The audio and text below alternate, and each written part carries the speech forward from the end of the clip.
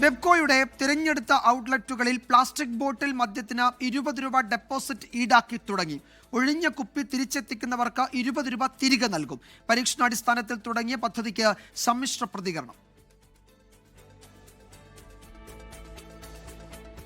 സ്ഥലം Thiruvananthapuram power house beverages outlet.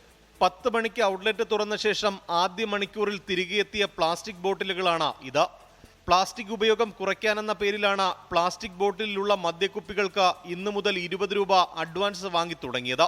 കുപ്പി വാങ്ങുമ്പോൾ ഈ സ്റ്റിക്കർ കുപ്പിയിൽ പതിക്കും. ഇതേ കുപ്പി തിരികെ എത്തിച്ചാൽ അഡ്വാൻസ് തുക തിരികെ നൽകും.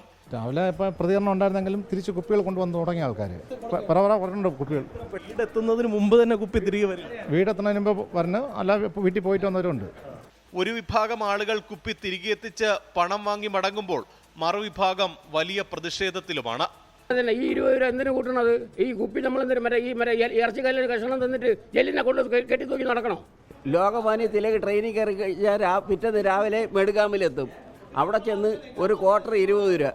ഇപ്പോൾ കുപ്പിയും കൊണ്ട് നമ്മൾ തിരിച്ചു വരണല്ലോ. ഇനി അതിന് കൊണ്ടുവരുമ്പോഴത്തേ പോലീസ് പിടിക്കൂലേ? ഇത് കൊണ്ടുപോകുമ്പോൾ കുപ്പി ഉണ്ടാകും, കുഴപ്പമില്ല. തിരിച്ചുകൊണ്ടുവരാൻ പിടുത്തമാണല്ലേ. ക്ലീൻ കേരള കമ്പനിയാണ് പ്ലാസ്റ്റിക് കുപ്പികൾ ശേഖരിക്കുക. തിരുവനന്തപുരം, കണ്ണൂർ ജില്ലകളിലെ 20 ഔട്ട്ലെറ്റുകളിൽ പരീക്ഷണാടിസ്ഥാനത്തിൽ തുടങ്ങിയ പദ്ധതി വൈകാതെ സംസ്ഥാന വ്യാപകമാക്കും. അതേസമയം പുതിയ പദ്ധതി കൂടി എത്തിയതോടെ ഔട്ട്ലെറ്റുകളിൽ ജീവനക്കാരുടെ കുറവ് പ്രതിസന്ധി സൃഷ്ടിക്കുമെന്നും പരാതിയുണ്ട്. 24 തിരുവനന്തപുരം. ലോകത്തെവിടെയായാലും ഏത് സമയത്തും 24 വാർത്തകളും ഓഗ്മെന്റഡ് റിയാലിറ്റി പാക്കേജുകളും എക്സ്പ്ലെയിനറുകളും വിശദമായി കാണാൻ ഞങ്ങളുടെ യൂട്യൂബ് ചാനൽ നിങ്ങൾക്ക് സബ്സ്ക്രൈബ് ചെയ്യാം.